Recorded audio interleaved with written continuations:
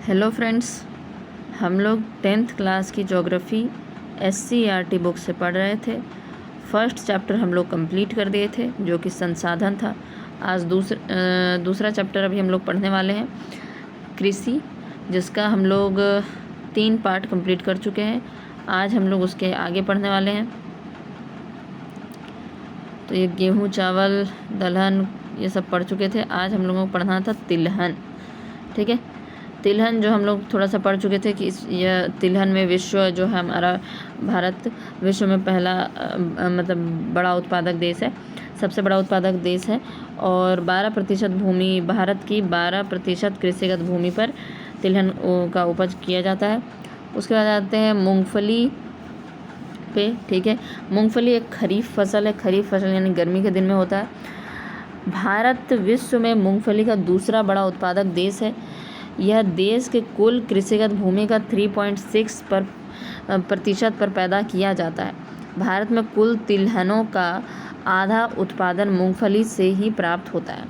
गुजरात इसके उत्पादन में भारत में सर्वप्रथम है। अन्य उत्पादक राज्यों में आंध्र प्रदेश, कर्नाटक तथा महाराष्ट्र है। तो मूंगफली में देख लीजिए कि यह पहली बात तो यह खरीफ फसल है, विश्व में दूसरे नंबर पर है और 3.6% कृषिगत भूमि पर इसका उत्पादन किया जाता है। कुल तिलहन, भारत में जितना भी तिलहन होता है उसका आधा उत्पादन मूंगफली से ही प्राप्त होता है। जितना भी तिलहन है, कुल तिलहनों का आधा उत्पादन मूंगफली से ही प्राप्त होता है। गुजरात इसका सबसे बड़ा गुजरात इसके उत्पादन में भारत में सर्वप्रथम है। ठीक है, गुजरात इसके उत्पादन में भारत में सर्वप्रथम है। उसके अलावा कर्नाटक, आंध्र प्रदेश, कर्नाटक, महाराष्ट्र ये सब भी है, लेकिन वो सब उतना ज़रूरी नहीं है, गुजरात याद रखिएगा। उसके बाद आते हैं सरसों।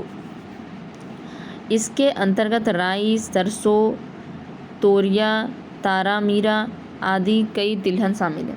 यह रबी उपोष्ण कटिबंधीय फसल है, यानी यह रबी फसल है और उपोष्ण कटिबंधीय फसल है। और इसकी कृषि भारत के मध्य तथा उत्तर पश्चिम भागों में रबी की मौसम में की जाती है। पाला इस कृषि के लिए हानिकारक है। पाला इसकी कृषि के लिए हानिकारक है। इस कारण से इसका उत्पादन बहुत प्रभावित होता है तथा परिवर्तनशील है। इसके उत्पादन में वृद्धि के लिए नए प्रौद्योगिकी का विकास किया गया है, जिसमें उन्नत बीजों का प्रयोग तथा सिंचाई आदि शामिल है। इसके उत्पादन का 1/3 भाग राजस्थान से प्राप्त होता है। अन्य उत्पादक राज्यों में उत्तर प्रदेश, हरियाणा, पश्चिम बंगाल तथा मध्य प्रदेश है। इसकी प्रति हेक्टेयर उत्पादन हरियाणा तथा पंजाब में बहुत अधिक है। तो देख लीजिए, सरसों में पहले सरसों के अंतर्गत कौन कौन सा चीज़ आएगा वो देख लीजिए। राई, सरसों, तोरिया, तारामीरा आदि तिलहन में शामिल है। ठीक है, यह रबी फसल है पहले तो, और दूसरा है उपोष्ण कटिबंधीय फसल है। उपोष्ण कटिबंधीय फसल है और इसकी कृषि भारत के मध्य तथा उत्तर पश्चिम भागों में किया जाता है। उत्तर पश्चिम भागों और मध्य भारत में। ठीक है, यह रबी की मौसम है। पाला इसकी कृषि के लिए हानिकारक है। उसके बाद 1/3 भाग राजस्थान से प्राप्त होता है। 1/3 भाग राजस्थान में उत्पादन किया जाता है। बाकी और भी है, उत्तर प्रदेश, हरियाणा, पंजाब, पश्चिम बंगाल, मध्य प्रदेश। तो सबसे ज़्यादा हम लोगों को याद रखना है राजस्थान में 1/3 भाग राजस्थान से प्राप्त हो जाता है। और प्रति हेक्टेयर उत्पादन की बात करें तो हरियाणा और पंजाब है। अब आ जाते हैं अलसी में। ठीक है, एक अन्य रबी तिलहन फसल है। इसकी कई औद्योगिक उपयोग है। तिल उत्तरी भारत में एक खरीफ फसल है, यानी कि यह भी गर्मी में उगाया जाता है सरसों की तरह। दक्षिण भारत में रबी की फसल है, लेकिन अलसी में आपको याद रखना है कि उत्तर भारत में खरीफ फसल है और दक्षिण भारत में रबी फसल है। अंडी खरीफ और रबी दोनों ही फसल के रूप में उगाई जाती है। सोयाबीन तथा सूरजमुखी भारत के अन्य महत्वपूर्ण तिलहन है। सोयाबीन मुख्यतः मध्य प्रदेश, महाराष्ट्र में उपजाया जाता है। यह दोनों राज्य मिलकर भारत का 90% सोयाबीन पैदा करते हैं। सूरजमुखी की फसल मुख्यतः मुख्यतः दक्षिण भारत के कर्नाटक, आंध्र प्रदेश, महाराष्ट्र आदि में होते हैं।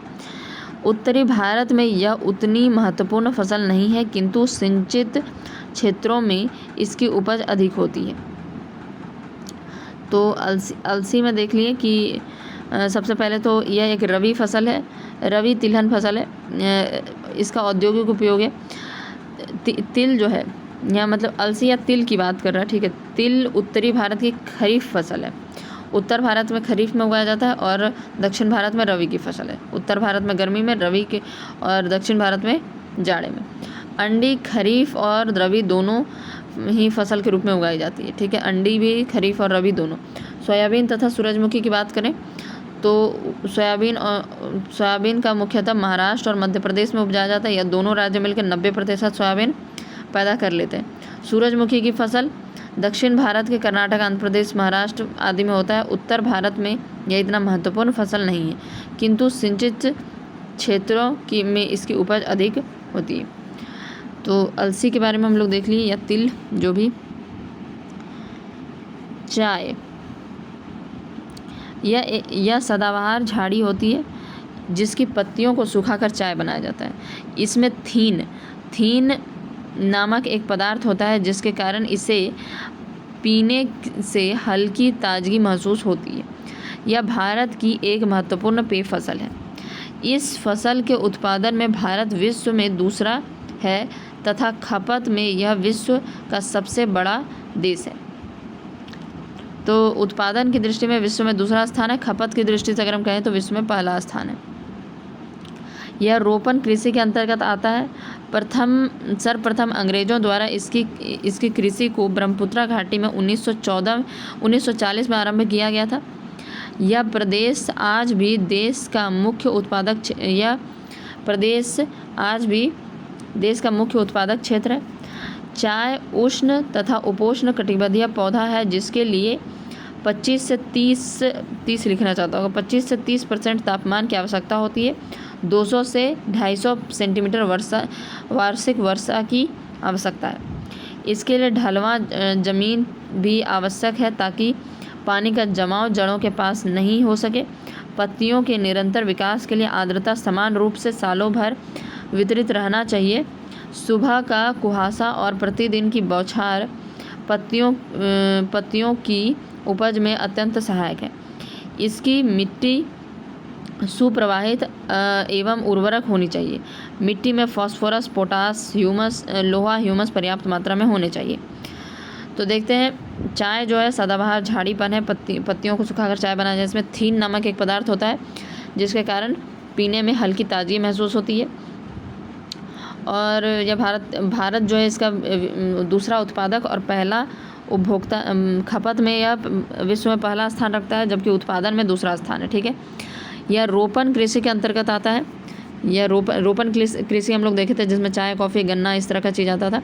तो रोपण कृषि के अंतर्गत आता है। सर्वप्रथम अंग्रेजों ने इसको ब्रह्मपुत्र घाटी यानी 1840 में आरंभ किया था। ब्रह्मपुत्र घाटी में इसको उगाने के, यह उपोष्ण कटिबंधीय है, ठीक है। उपोष्ण कटिबंधीय पौधा है। 25 से 30 सेंटीमीटर तापमान चाहिए और 200 से 250 सेंटीमीटर 25 से 30 सेंटीग्रेड तापमान, 200 से 250 सेंटीमीटर वर्षा चाहिए। ढलवां ज़मीन चाहिए ताकि ज़मीन के पास, जड़ों के पास पानी का जमाव ना हो, और बाकी सब ठीक है। इसके लिए फास्फोरस, पोटास, लोहा और ह्यूमस की पर्याप्त मात्रा होनी चाहिए। फास्फोरस, पोटास, लोहा और ह्यूमस की पर्याप्त मात्रा होनी चाहिए। झाड़ियों की सफाई एवं कटाई के लिए काफ़ी मानव श्रम की आवश्यकता होती है। चाय की पत्तियों की ताजगी को बनाए रखने के लिए इसे बागानों में ही संशोधित किया जाता है। चाय के उत्पादन में प्रमुख एवं गौण 2 प्रकार के क्षेत्र हैं। प्रमुख क्षेत्र के अंतर्गत असम की ब्रह्मपुत्र एवं सुरमा घाटी, प्रमुख क्षेत्र के अंतर्गत असम की ब्रह्मपुत्र एवं सुरमा घाटी, पश्चिम बंगाल में दार्जिलिंग तथा जलपाईगुड़ी की पहाड़ी, तमिलनाडु में नीलगिरी की पहाड़ी, गौण क्षेत्र में हिमाचल प्रदेश, उत्तराखंड, मेघालय, त्रिपुरा, आंध्र प्रदेश आदि राज्य। भारत विश्व का अग्रणी चाय उत्पादक एवं निर्यातक है। तो इसमें प्रमुख एवं गौण का मतलब है कि कुछ प्रमुख जगह है और कुछ थोड़ा सा कम, ठीक है। प्रमुख क्षेत्र के अंतर्गत असम की ब्रह्मपुत्र और सुरमा घाटी है। पश्चिम बंगाल में दार्जिलिंग तथा जलपाईगुड़ी की पहाड़ियाँ हैं। पश्चिम बंगाल में दार्जिलिंग तथा जलपाईगुड़ी की पहाड़ियाँ हैं। तमिलनाडु में नीलगिरी की पहाड़ियाँ हैं। तो यह सब क्षेत्र जो है प्रमुख क्षेत्र है। चलिए कॉफ़ी में अब हम लोग देखते हैं कॉफ़ी के उत्पादन कैसे कैसे होता है। हाँ, चाय की तरह यह भी एक पेय पदार्थ है। यह एक प्रकार की झाड़ी पर लगे हुए फल के बीज द्वारा प्राप्त किया जाता है। चाय की भांति भी यह भी चूना युक्त मिट्टी में भली भांति उगता है, किंतु मिट्टी में इसे ह्यूमस की आवश्यकता अवश्य चाहिए। ह्यूमस अवश्य चाहिए। चूना युक्त मिट्टी होना चाहिए और ह्यूमस अवश्य चाहिए। इसके फल को एकत्रित करने के लिए बीजों को भूनकर पीसकर कॉफ़ी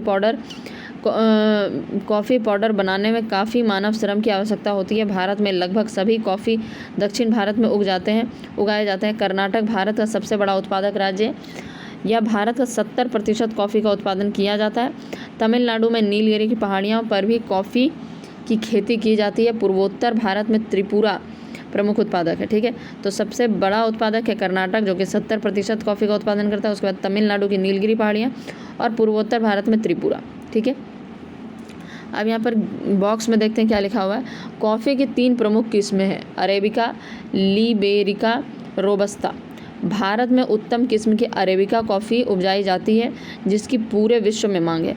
भारत में यह आरंभ में यमन से लाया गया था। भारत में यह कहाँ से लाया गया था? यमन से लाया गया था और बाबा बुदन की पहाड़ी पर लगाया गया था। याद रखिएगा, यमन से लाया गया था, बाबा बुदन की पहाड़ी पर लगाया गया था। 3 प्रकार की कॉफ़ी प्रमुख है, अरेबिका, लिबेरिका और रोबस्ता। चलिए तो एक बार देख लेते हैं कि अभी तक हम लोग क्या क्या पढ़े। हम लोग मूंगफली के बारे में पढ़े थे सबसे पहले। तो मूंगफली जो है खरीफ फसल है और यह विश्व के मूंगफली का दूसरा उत्पादक देश है। मतलब भारत जो है मूंगफली का दूसरा उत्पादक देश है। 3.6% कृषिगत भूमि पे इसको पैदा किया जाता है और इसमें मूंगफली का उत्पादन जो है भारत का कुल तिलहनों का उत्पादन में आधा जो है मूंगफली ही उत्पादन होता है। गुजरात इसका प्रमुख उत्पादक राज्य है। तो 3-4 बात याद रखना। खरीफ फसल है, दूसरा विश्व में दूसरा बड़ा उत्पादक देश है। 3.6 कृषिगत भूमि में उपजाया जाता है। जितना भी तिलहन फसल भारत में होता है उसका आधा मूंगफली ही है और गुजरात इसका सर्वप्रथम उत्पादक राज्य है। उसके बाद आते हैं सरसों। इसके अंतर्गत राई, सरसों, तोरिया, तारामीरा आदि कई तिलहन शामिल है। यह रवि उपोष्ण कटिबंधीय फसल है और इसकी कृषि भारत के मध्य तथा उत्तर पश्चिमी भाग में रवि मौसम में की जाती है। पाला लगने से इसको हानि होता है और इसके लिए राजस्थान जो है 1/3 राजस्थान द्वारा उत्पादन किया जाता है। इसकी प्रति हेक्टेयर उत्पादक अगर देखें तो हरियाणा और पंजाब में बहुत अधिक है। उसके बाद अलसी या तिल की बात करें तो यह अन्य रवि फसल है। अलसी जो है उत्तर भारत में खरीफ फसल है जबकि दक्षिण भारत में रवि फसल है। अंडी भी खरीफ और रवि दोनों फसल है। सोयाबीन और सूरजमुखी जो महत्वपूर्ण तिलहन है वह कहाँ पर मध्य प्रदेश और महाराष्ट्र में उपजाया जाता है। 90% सोयाबीन पैदा यहीं से कर लिया जाता है। तो उसके आगे हम लोग चाय देखते हैं। चाय एक सदाबहार झाड़ी है, पत्तियां सुखाकर इसको बनाया जाता है। इसमें थीन नामक एक पदार्थ होता है। सबसे पहला भारत में यह दूसरा उत्पादक देश है और खपत के मामले में पहला है। 1840 में ब्रह्मपुत्रा घाटी में इसका उत्पादन किया गया था। 25 से 30 डिग्री सेल्सियस इसको तापमान चाहिए और 200 से 250 सेंटीमीटर आवश्यक चाहिए इसको वर्षा। ठीक है, और इसके लिए ढलवां ज़मीन चाहिए और इसमें जो मिट्टी है उसमें फास्फोरस, पोटास, ह्यूमस और लोहा होना चाहिए। ठीक है, और इसमें तो कुछ और लिखा नहीं है। नीचे आते हैं। इसके प्रमुख क्षेत्र जो है वह असम के ब्रह्मपुत्रा घाटी और सुरमा घाटी है। पश्चिम बंगाल में दार्जिलिंग और जलपाईगुड़ी की पहाड़ियाँ हैं। तमिलनाडु में नीलगिरी की पहाड़ियाँ हैं और तमिलनाडु में नीलगिरी की पहाड़ियाँ। तो यह विश्व में अग्रणीय चाय उत्पादक भी है। भारत जो है विश्व में अग्रणीय चाय उत्पादक भी है और निर्यातक भी है। चाय के बाद कॉफ़ी देखते हैं। कॉफ़ी भी पेय पदार्थ है और झाड़ी उसके बीज द्वारा सब कुछ निकलता है। चूना युक्त मिट्टी और ह्यूमस चाहिए होता है और इसका सबसे बड़ा उत्पादक राज्य जो है कर्नाटक है। उसके अलावा तमिलनाडु की नीलगिरी पहाड़ियाँ हैं और त्रिपुरा है। 3 प्रकार की कॉफ़ी होती है, अरेबिका, लिबेरिका और रोबस्ता। ठीक है, इसमें यहाँ पर अरेबिका सबसे ज़्यादा उपजाया जाता है और यह यमन से लाया गया था, बाबा बुदन पहाड़ी पर लगाया गया था। बागवानी फसलें देखते हैं। जलवायु विविधता के कारण भारत में अनेक किस्म की बागवानी फसलें भी उपजाई जाती है, जैसे विविध प्रकार के फल, सब्जियां, कंदमूल, औषधियां एवं सुगंधित पौधे एवं मसाले। भारत उष्ण एवं शीतोष्ण कटिबंधीय दोनों ही प्रकार के फलों का उत्पादक है। आम के उत्पादक में भारत विश्व में अग्रणी है। तो याद रखिएगा, आम के उत्पादन में भारत विश्व में अग्रणी है। यहाँ अनगिनत किस्म के आमों का उत्पादन होता है। उत्तर प्रदेश, आंध्र प्रदेश, महाराष्ट्र, पश्चिम बंगाल, बिहार आम के लिए, बिहार और उत्तर प्रदेश लीची के लिए, लीची। तो आम के लिए याद रखिएगा कौन कौन सा है, उत्तर प्रदेश, आंध्र प्रदेश, महाराष्ट्र और पश्चिम बंगाल। बिहार आम के लिए, बिहार और उत्तर प्रदेश लीची के लिए। मेघालय अनानास, आंध्र प्रदेश और महाराष्ट्र अंगूर के लिए। हिमाचल प्रदेश और जम्मू कश्मीर सेब और नाशपाती और खूजानी और अखरोट के लिए प्रसिद्ध है। तो जम्मू कश्मीर जो है सेब, नाशपाती, खूजानी और अखरोट के लिए प्रसिद्ध है। कुछ स्थानों का नाम भी विशिष्ट फलों से जुड़ा है, जैसे नागपुर एवं चेरापूंजी, चूरापूंजी। ठीक है, चूरापूंजी। नागपुर एवं चूरापूंजी संतरा के लिए, मुजफ्फरपुर लीची के लिए, जलगांव का केला विशेष रूप से महत्व रखता है। केरल, तमिलनाडु, महाराष्ट्र, मिजोरम राज्य में बड़े स्तर पर केले की कृषि होती है। तो यह कुछ जो क्षेत्र है इसको याद रखना बहुत ज़्यादा ज़रूरी है। उत्तर प्रदेश, आंध्र प्रदेश, महाराष्ट्र, पश्चिम बंगाल, बिहार आम के लिए। ठीक है, उत्तर प्रदेश, आंध्र प्रदेश, महाराष्ट्र, पश्चिम बंगाल, बिहार आम के लिए। बिहार और उत्तर प्रदेश लीची के लिए। बिहार और उत्तर प्रदेश लीची के लिए। मेघालय अनानास, आंध्र प्रदेश और महाराष्ट्र अंगूर के लिए। हिमाचल प्रदेश और जम्मू कश्मीर सेब, नाशपाती, खुजानी, अखरोट के लिए प्रसिद्ध है। उसके बाद नागपुर और चेरापूंजी संतरा के लिए। मुजफ्फरपुर लीची के लिए। जलगांव का केला महत्व रखता है। केरल, तमिलनाडु, महाराष्ट्र, मिजोरम में बड़े स्तर पर केले की कृषि होती है। बागवानी फसलों में काजू, काली मिर्च एवं नारियल भी महत्वपूर्ण है। भारत विश्व में काजू का सबसे बड़ा निर्यातक है।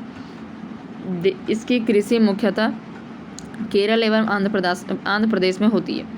तो काजू का सबसे बड़ा निर्यातक है और इसकी कृषि मुख्यतः केरल और आंध्र प्रदेश में होती है। काली मिर्च की खेती केरल के पश्चिमी घाट प्रदेश में तथा नारियल की कृषि केरल, तमिलनाडु, आंध्र प्रदेश, कर्नाटक के तटीय प्रदेश में होती है। काली मिर्च की खेती केरल के पश्चिमी घाट प्रदेश में, नारियल की कृषि केरल, तमिलनाडु, आंध्र प्रदेश और कर्नाटक के तटीय प्रदेश में होती है। अखाद्य फसलें। ठीक है, अखाद्य फसलें जिसको खाने वाने की ज़रूरत नहीं। अखाद्य फसलें, इसमें क्या लिखा हुआ है, थोड़ा सा धुंधला लिखा है इसलिए हम थोड़ा बहुत हो सकता है कुछ गलत पढ़ दें। भारत में इसकी बागानी कृषि 1880 ईस्वी में ट्रावनकोर और मालाबार में प्रारंभ हुआ, पर व्यावसायिक उत्पादन 1902 में ही आरंभ हुआ था। रबर भूमध्य, यहाँ रबड़ ही लिखा हुआ है शायद। रबड़ भूमध्य रेखीय जलवायु की फसल है और इसका उत्पादन के लिए तापमान और आर्द्रता की आवश्यकता होती है। केरल, तमिलनाडु, कर्नाटक, अंडमान निकोबार द्वीप समूह और मेघालय में गारो पहाड़ियों में इसकी कृषि होती है। तो क्या क्या देखें हम लोग रबड़ के बारे में। ठीक है, भारत में इसकी बागानी कृषि होती है। 1880 में ट्रावनकोर और मालाबार में प्रारंभ हुआ था और व्यावसायिक उत्पादन होना शुरू हुआ था 1902 से। ठीक है, रबड़ जो है भूमध्य रेखीय जलवायु की फसल है। इसके उत्पादन के लिए तापमान और आर्द्रता की आवश्यकता होती है। केरल, तमिलनाडु, कर्नाटक, अंडमान निकोबार द्वीप समूह और मेघालय की गारो पहाड़ियों में इसकी कृषि होती है। केरल, तमिलनाडु, कर्नाटक, अंडमान निकोबार द्वीप समूह, मेघालय के गारो पहाड़ियों में इसकी कृषि होती है। रबड़ के बारे में, यह बागानी कृषि 1880 में शुरू हुआ था। 1902 में व्यावसायिक कृषि शुरू हो गया था और बागानी कृषि ट्रावनकोर और मालाबार में प्रारंभ हुआ था। 1902 में इसका व्यावसायिक उत्पादन शुरू हो गया। यह भूमध्य रेखीय जलवायु की फसल है। उत्पादन के लिए अधिक तापमान और आर्द्रता की आवश्यकता होती है। उत्पादन के लिए अधिक तापमान और आर्द्रता की आवश्यकता होती है। केरल, तमिलनाडु, कर्नाटक, अंडमान निकोबार द्वीप समूह और मेघालय के गारो पहाड़ियों में इसकी कृषि होती है। केरल, तमिलनाडु, कर्नाटक, अंडमान निकोबार द्वीप समूह और मेघालय के गारो पहाड़ियों में इसकी कृषि होती है। तो थोड़ा सा ऊपर देख लेते हैं अभी जो हम लोग पढ़े बागवानी फसलों में। बागवानी फसलों में देखिए सब फल, सब्जियां, कंदमूल, औषधि, सुगंधित पौधे ये सब मिलता है। उष्ण और शीतोष्ण दोनों ही प्रकार के हो सकते हैं। मेनली हम लोगों को कौन कौन से भाग में क्या क्या होता है ये याद रखना है। तो उत्तर प्रदेश, आंध्र प्रदेश, बिहार, पश्चिम बंगाल, महाराष्ट्र, इन सब में आम की खेती। बिहार और उत्तर प्रदेश में लीची, मेघालय में अनानस, आंध्र प्रदेश और महाराष्ट्र में अंगूर, हिमाचल प्रदेश, जम्मू कश्मीर में सेब, नाशपाती, खुजानी और अखरोट के लिए प्रसिद्ध है। कुछ स्थानों का नाम भी विशिष्ट फलों से जुड़ा है। जैसे कि नागपुर और चेरापूंजी के संतरे, मुजफ्फरपुर की लीची, जलगांव का केला, केरल, तमिलनाडु,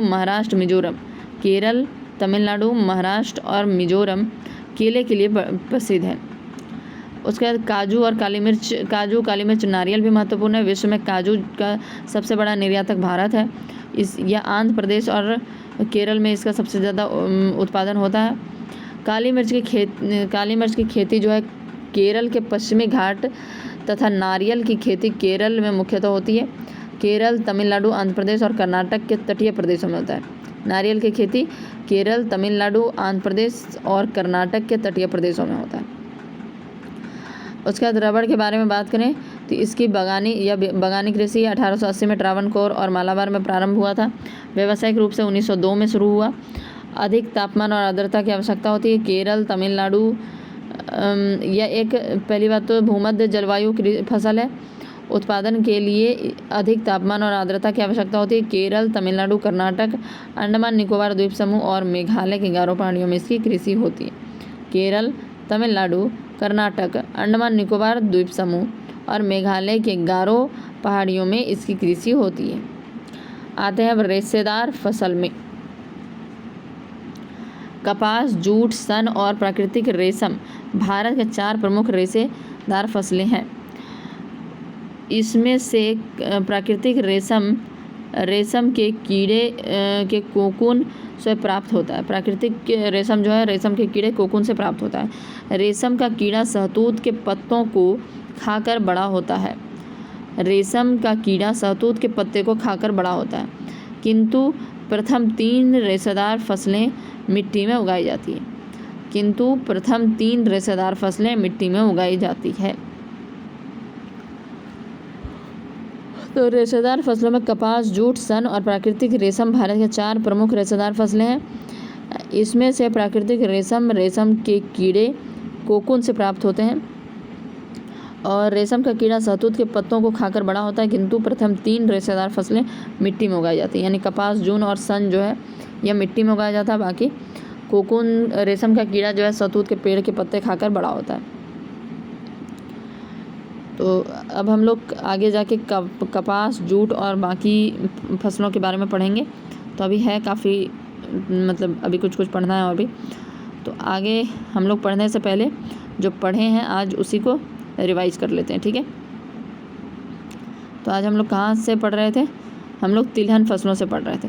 तो तिलहन जो है विश्व का सबसे बड़ा उत्पादक देश जो है तिलहन के लिए भारत है। 12% भूमि पर इसको उगाया जाता है। और मूंगफली की अगर हम बात करें तो यह खरीफ फसल है। मूंगफली का भारत विश्व में दूसरा उत्पादक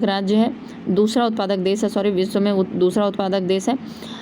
3.6 कृषिगत भूमि पर 3.6% कृषिगत भूमि पर उसको उपजाया जाता है। मूंगफली में जितना भी तिलहन फसल है उसका आधा मूंगफली ही है। और गुजरात इसका उत्पादक सबसे प्रथम उत्पादक राज्य है। उसके बाद सरसों की बात करें तो सरसों के अंतर्गत आता है राई, सरसों, तोरिया, तारामीरा।